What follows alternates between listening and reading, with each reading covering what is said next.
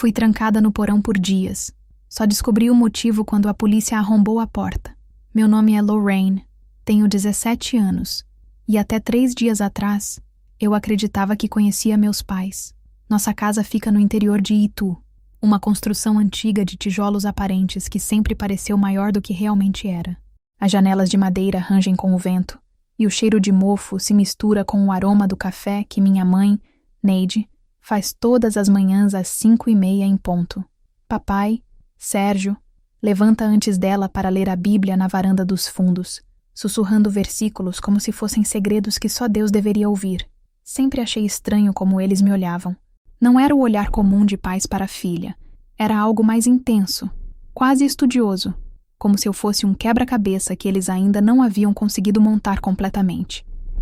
Mamãe desviava os olhos quando eu perguntava sobre nossa família, sobre por que não tínhamos fotografias antigas ou por que eu nunca conheci meus avós. Algumas coisas é melhor deixar no passado, minha filha. Era sempre a resposta dela, acompanhada de um sorriso forçado que não chegava aos olhos. Nas últimas semanas, porém, algo mudou. O silêncio da casa ficou mais pesado, mais sufocante. Papai começou a trancar portas que antes ficavam sempre abertas, e mamãe desenvolveu o hábito de olhar pela janela da cozinha com uma frequência obsessiva, como se esperasse que alguma coisa, ou alguém, aparecesse a qualquer momento. Lorraine, você não deve sair de casa pelos próximos dias, papai me disse na segunda-feira, durante o jantar. Sua voz tinha uma rigidez que eu não conseguia identificar se era medo ou determinação. Há pessoas más por aí, pessoas que querem fazer mal às famílias de bem. Que pessoas, papai? O que está acontecendo? Perguntei. Mas ele apenas balançou a cabeça e retomou a oração silenciosa que fazia antes de cada refeição. Mamãe mexia o feijão no prato sem levar nada à boca. Suas mãos tremiam levemente, e eu podia ver pequenas lágrimas se formando no canto dos seus olhos. Quando nossos olhares se cruzaram, ela sussurrou, "Perdão", tão baixinho que cheguei a duvidar se realmente havia escutado. Aquela noite, não consegui dormir. Através das paredes finas, ouvia sussurros vindos do quarto dos meus pais. Palavras soltas chegavam até mim. Chegou a hora. Ela precisa entender. Não temos escolha. O tom era urgente, desesperado, como se estivessem planejando algo que sabiam ser terrível, mas que consideravam necessário. Levantei da cama e caminhei até a porta do meu quarto, pressionando o ouvido contra a madeira. A voz de papai era mais clara agora. "Neide, você sabe que é a única forma de protegê-la. Se eles descobrirem onde ela está..." Sua frase ficou no ar, incompleta e carregada de uma ameaça que eu não conseguia compreender. "Mas ela vai sofrer, Sérgio. Nossa menina vai sofrer muito." Mamãe soluçou. "Ou melhor sofrer por alguns dias do que pagar o preço eterno", foi a resposta fria de papai. Voltei para a cama com o coração acelerado, tentando processar o que havia escutado. Que preço eterno? Proteger-me de quem? E por que eu sentia que, apesar de estarem falando sobre mim, eu era a única pessoa na casa que não sabia do que realmente se tratava? Na manhã de terça-feira, acordei com gritos. Não eram gritos comuns. Eram berros desesperados, como os de alguém que acabou de receber a pior notícia possível. O som vinha do andar de baixo, da sala onde papai costumava assistir ao jornal matinal. Saltei da cama e corri para a escada, mas parei no primeiro degrau quando ouvi a voz dele. "Não, não pode ser agora, ainda não." Mamãe chorava descontroladamente. Entre os soluços, consegui distinguir palavras fragmentadas. "Acabou. Descobriram. Nossa filha." Foi então que escutei o som de passos pesados subindo a escada. Passos urgentes, determinados. Antes que pudesse me mover, a porta do meu quarto se escancarou violentamente. Papai estava na soleira, com os olhos vermelhos e o rosto contorcido por uma expressão que misturava desespero e determinação. Atrás dele, mamãe segurava o batente da porta, como se suas pernas não conseguissem mais sustentá-la. "Papai, o que está com?" Ele não me deixou terminar. Em poucos segundos, suas mãos fortes agarraram meus braços, e eu me vi sendo arrastada pelos corredores da casa que conhecia desde sempre, mas que naquele momento parecia um lugar completamente estranho. "Perdão, minha filha." Ele repetia enquanto me puxava. "Perdão, perdão, perdão." O porão sempre foi um lugar proibido. Durante toda a minha infância, Papai dizia que era perigoso, que havia umidade demais e que eu poderia me machucar. Agora, enquanto ele abria a pesada porta de madeira e me empurrava a escada abaixo, entendi que o perigo nunca havia sido a umidade. O perigo sempre fui eu. A última coisa que vi antes da escuridão completa foi o rosto de mamãe, contorcido pela dor, observando tudo através das lágrimas enquanto papai fechava a porta e acionava um cadeado que eu nem sabia que existia. No escuro absoluto do porão, com o cheiro de terra úmida invadindo meus pulmões, uma única pergunta martelava em minha mente. Quem eram essas pessoas que eu chamava de pais? O primeiro dia no porão foi puro desespero. Gritei até minha garganta ficar em carne viva, socando a porta de madeira até meus punhos sangrarem. Papai, mamãe, o que eu fiz? Por que vocês estão fazendo isso comigo? Minhas palavras ecoavam pelas paredes úmidas, voltando para mim como fantasmas que zombavam da minha angústia. O silêncio era ensurdecedor. Às vezes, eu parava de gritar só para ter certeza de que ainda conseguia ouvir. Meu próprio coração batendo descompassado, o gotejamento constante de água em algum canto escuro, o ranger da madeira velha da casa acima de mim. Sons que antes me traziam conforto, agora pareciam ameaças sussurrando nas sombras. A escuridão era completa. Não havia uma única fresta de luz, nenhuma janelinha ou buraco que permitisse que eu visse minha própria mão estendida à frente do rosto. Tateando as paredes ásperas, descobri que o porão era menor do que imaginava, talvez 3 metros por 4. No canto mais afastado da escada, encontrei alguns sacos de cimento antigos que serviriam como assento, e uma lona plástica que poderia usar como cobertor. Sede. A sede chegou primeiro, como sempre acontece. Minha boca ficou seca, minha língua grudava no céu da boca, e cada vez que engolia, parecia que havia areia descendo pela garganta. Tentei lamber as paredes úmidas, desesperada, mas o gosto de mofo e sujeira só piorava a náusea que crescia em meu estômago vazio. No segundo dia, parei de gritar, não por resignação, mas porque finalmente consegui ouvir passos no andar de cima, vozes abafadas e algo mais, um choro constante que eu reconheci como sendo de mamãe. Era um pranto baixo, contínuo, como o de alguém que perdeu tudo e não sabe como continuar vivendo. Às vezes ela caminhava até a cozinha, bem acima de onde eu estava, e eu podia ouvir as cadeiras sendo arrastadas, pratos sendo lavados, a vida seguindo normalmente enquanto eu definhava no escuro. Mamãe, sussurrei contra o teto. Por favor, mamãe, me tire daqui. Foi então que ouvi algo que gelou meu sangue. A voz de papai, mais clara do que o normal, como se ele estivesse falando ao telefone. Sim, ela está segura. Está onde precisa estar até as coisas se acalmarem. Não, ela não suspeita de nada. Claro que é doloroso, mas a profecia deve ser cumprida. Profecia? Que profecia? Minha mente começou a fazer conexões que antes pareciam impossíveis. As estantes cheias de livros estranhos no escritório de papai, que ele sempre dizia serem estudos teológicos avançados. As reuniões que aconteciam em nossa casa uma vez por mês, sempre de madrugada, com pessoas que falavam baixo demais para eu entender. O medalhão estranho que mamãe usava no pescoço e sempre escondia quando eu perguntava sobre ele. E as perguntas, tantas perguntas sobre mim que agora faziam um sentido terrível.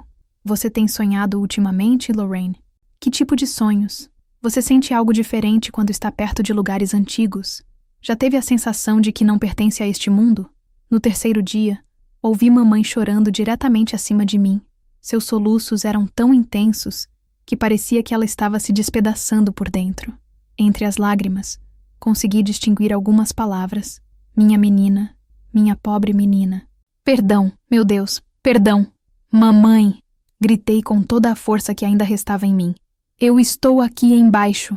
Me escuta? O choro parou abruptamente. Por alguns segundos, o silêncio foi total. Depois, ouvi passos se afastando rapidamente, como se ela estivesse fugindo de um fantasma. Era isso que eu era para eles agora? Um fantasma? Algo que causava tanto medo que precisava ser enterrado vivo? Na quarta manhã, algo mudou. Acordei com um barulho diferente vindo de cima. Não eram os passos cautelosos de sempre, mas algo mais urgente. Vozes que eu não reconhecia. O som de portas sendo abertas com força. E então, inconfundível, o latido dos cães policiais. Tem alguém aí embaixo? A voz era feminina, autoritária, vinda diretamente de cima da porta do porão. Meu coração disparou. Com a pouca voz que me restava, gritei: Sim, eu estou aqui! Me ajudem. Ouvi passos correndo, vozes se comunicando em códigos que eu não entendia, e então o som metálico de algo sendo cortado, o cadeado. Quando a porta se abriu e a luz invadiu meu mundo de trevas, chorei. Não de alívio, ainda não. Chorei porque sabia que minha vida, tal como eu a conhecia, tinha acabado para sempre. Uma mulher desceu as escadas. Tinha cabelos curtos e castanhos. Usava uma jaqueta com Polícia Civil nas costas, e seus olhos castanhos estavam cheios de uma compaixão que eu não via há dias. Meu nome é Carla, ela disse, estendendo a mão para mim. Você está segura agora. Segura. A palavra ecoou em minha mente enquanto eu segurava a mão dela e subia as escadas, saindo daquele túmulo de escuridão. Mas segura de quê exatamente? E por que eu sentia que descobrir a verdade seria muito pior do que ficar no escuro? A luz do hospital era cruel. Depois de 4 dias na escuridão total, cada lâmpada parecia uma pequena explosão em minha retina. A investigadora Carla segurava minha mão enquanto o médico checava meus sinais vitais, mas eu mal conseguia me concentrar em suas palavras tranquilizadoras. Minha mente estava presa naquela última imagem. Papai sendo algemado, gritando algo sobre o tempo não ter chegado ainda, enquanto mamãe desabava no chão da sala, repetindo perdão como um mantra quebrado. Lorraine, a voz suave de Carla me trouxe de volta ao presente. Preciso que você me conte tudo o que lembra dos últimos dias. Sei que é difícil, mas é importante. Contei tudo. As conversas sussurradas, as mudanças estranhas no comportamento deles, a palavra profecia que papai mencionou ao telefone. Carla anotava cada detalhe em um caderno pequeno, e eu podia ver sua expressão ficando mais grave a cada frase. Lorraine, ela disse depois de um longo silêncio. O que vou te contar vai ser muito difícil de ouvir. Você está preparada? Nada poderia me preparar para o que veio a seguir. Seus pais, Sérgio e Neide, foram presos por envolvimento com um grupo que nós vínhamos investigando há meses. Eles fazem parte de um culto religioso clandestino chamado Os Escolhidos da Nova Era. Este grupo é suspeito de sequestro de menores e rituais com adolescentes. As palavras pareciam vir de muito longe. Rituais, sequestro, culto. Meu cérebro se recusava a processar que essas palavras tinham alguma relação comigo, com as pessoas que me criaram. Não entendo. Sussurrei. Eles são meus pais, pessoas religiosas, sim, mas Carla me interrompeu gentilmente. Lorraine, há algo mais. Durante a busca na casa, encontramos documentos que indicam que você não é filha biológica de Sérgio e Neide. O mundo parou, literalmente parou. Podia sentir meu coração batendo nos ouvidos, mas era como se o tempo tivesse congelado ao redor daquelas palavras impossíveis. Como assim? Não sou filha deles? Carla abriu uma pasta que estava em sua mochila e retirou uma série de documentos amarelados e algumas fotografias. Em 2007, uma bebê de apenas 6 meses desapareceu da maternidade Santa Casa, aqui em São Paulo. O nome dela era Lorraine Santos Silva. Seus pais biológicos, Marina e Carlos Silva, nunca pararam de procurar por você. Ela me mostrou uma fotografia desbotada. Uma mulher jovem, de cabelos castanhos como os meus, segurava um bebê no colo. Mesmo com a imagem amarelada pelo tempo, eu podia ver a semelhança inegável. Era como olhar para um espelho que refletia o passado. Eles me roubaram, murmurei, mais para mim mesma do que para Carla. As evidências apontam para isso. Sérgio e Neide fizeram parte do esquema desde o início. O grupo ao qual pertencem acredita em uma profecia sobre crianças especiais que precisam ser preparadas para um ritual de ascensão, quando completam 18 anos. 18 anos. Eu faria 18 em 3 meses. O ritual, eles iam. Não sabemos os detalhes ainda, Carla disse rapidamente, mas seus olhos não conseguiram esconder a gravidade da situação. Mas baseado em outros casos que investigamos, acreditamos que você estava sendo preparada para ser oferecida em um ritual que eles consideram sagrado. Vomitei, ali mesmo, no leito do hospital. Vomitei tudo o que não tinha no estômago. A bile queimou minha garganta, mas não era nada comparado à queimação que sentia no peito, como se meu coração estivesse sendo arrancado com as mãos. As pessoas que me criaram, que me deram carinho quando eu estava doente, que me ensinaram a rezar todas as noites antes de dormir, essas mesmas pessoas haviam me roubado de minha família verdadeira e estavam me preparando para morrer. Eles me amavam? Perguntei entre lágrimas. Ou tudo foi mentira? Carla segurou minha mão com mais força. Não posso responder isso, Lorraine, mas posso te dizer uma coisa. Amor verdadeiro não machuca. Amor verdadeiro não rouba. E amor verdadeiro jamais, em nenhuma circunstância, coloca uma criança em perigo. Passei horas chorando. Chorando pela menina que eu era e que havia morrido naquele porão. Chorando pelos pais que eu pensava conhecer e que nunca existiram realmente. Chorando pela família que eu tinha e que foi arrancada de mim quando eu ainda era apenas um bebê indefeso. Mas no meio de toda essa dor, uma pequena centelha de algo que eu não conseguia identificar começou a brilhar no meu peito. Era esperança? Era raiva? Era a sede de justiça?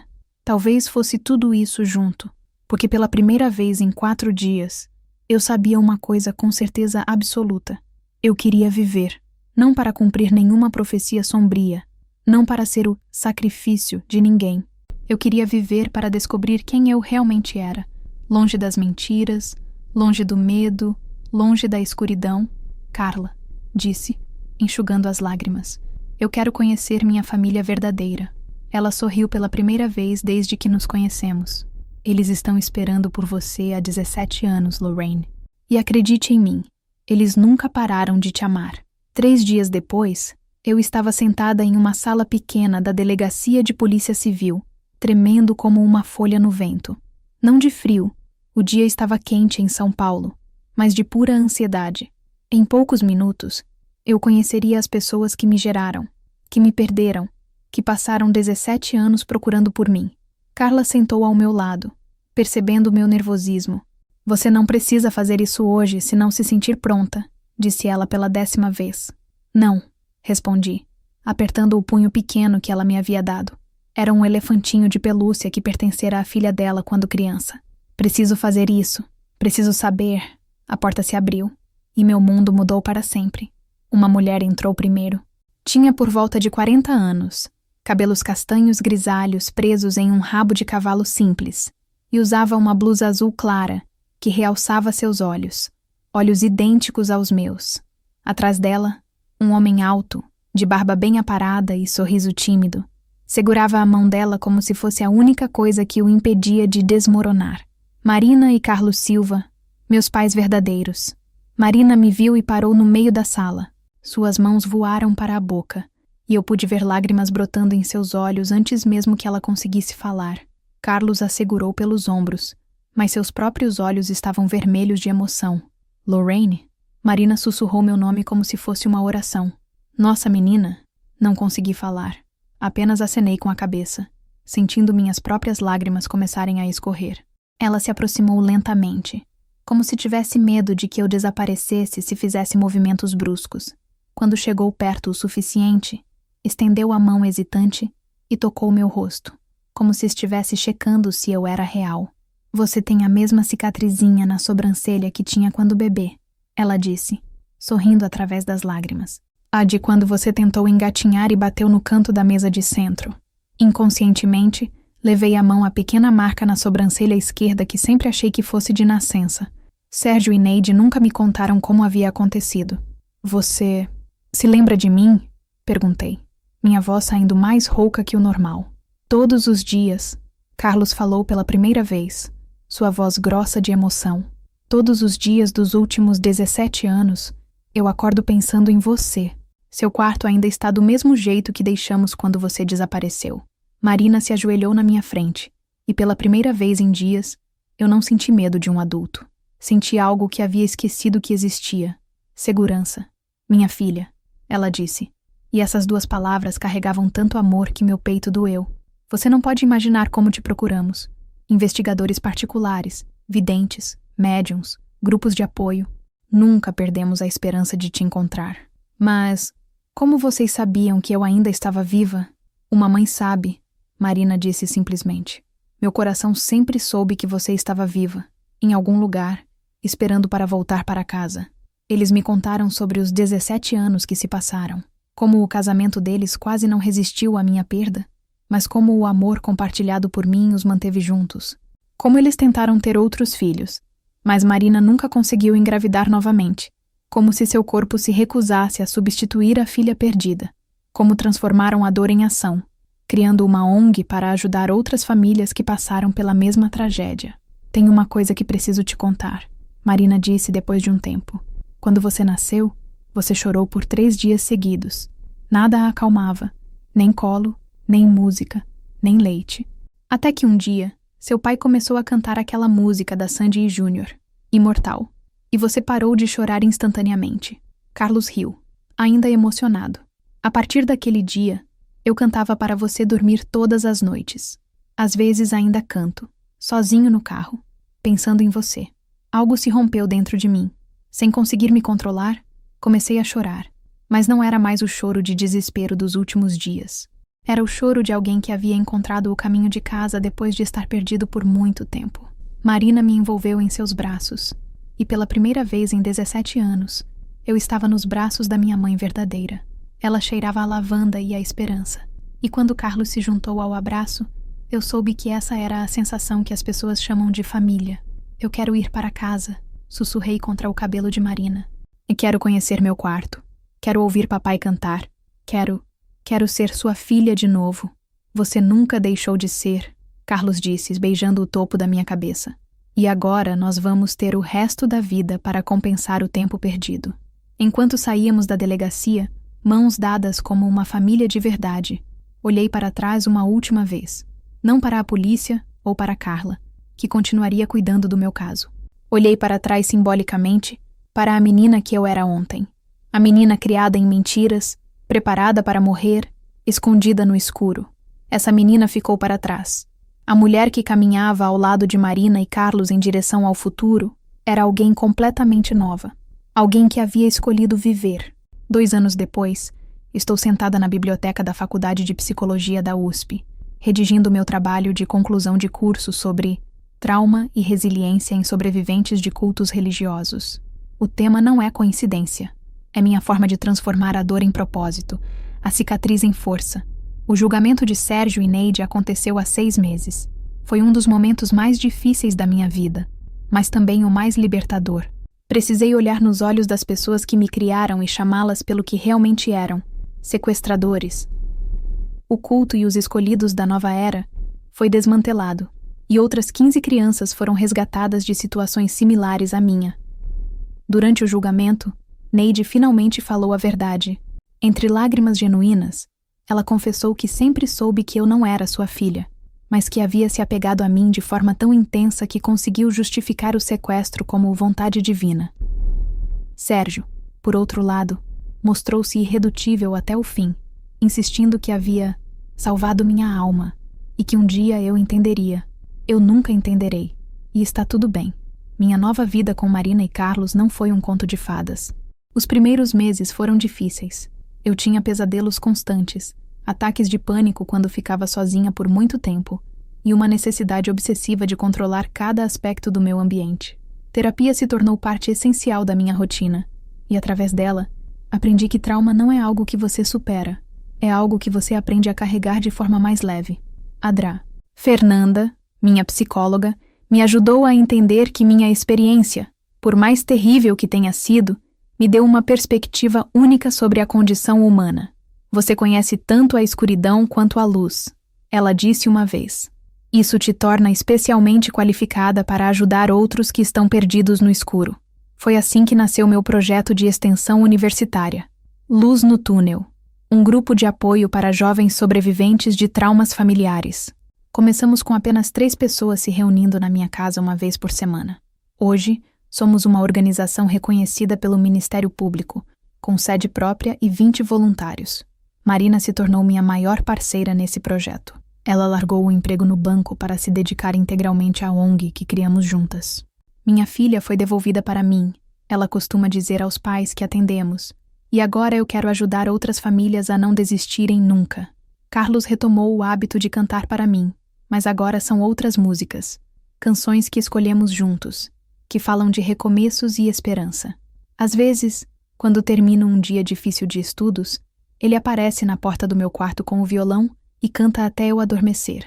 É um dos momentos mais preciosos da minha nova vida. Carla se tornou mais que uma investigadora em minha história. Ela se tornou uma amiga. Jantar na casa dela virou tradição mensal, e ela acompanha de perto não apenas meu caso judicial, mas minha evolução pessoal. Você é a prova viva de que é possível renascer. Ela me disse no último encontro. Renascer.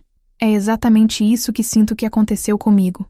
A Lorraine que saiu daquele porão não é a mesma que entrou. Aquela menina morreu no escuro, sufocada pelo medo e pela mentira. A mulher que emergiu das cinzas dessa experiência é alguém que escolheu transformar trauma em propósito, dor em compaixão, silêncio em voz.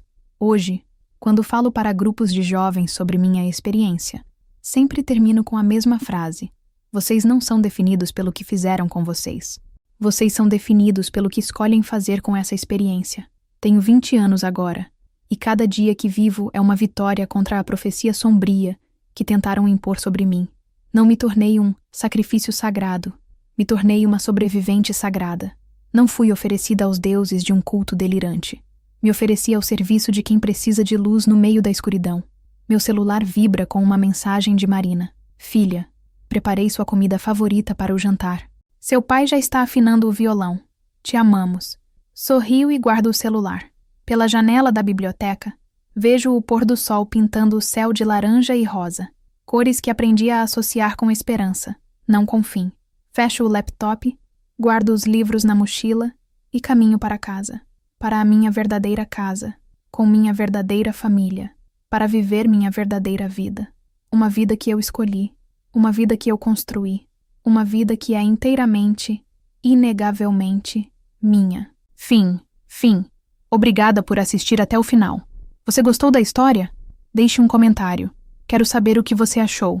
Não se esqueça de deixar seu like e se inscrever agora para receber mais relatos emocionantes que você não vai querer perder. Ative o sino para ser notificado sempre que um novo vídeo for lançado. Vejo você na próxima história. Muito obrigada.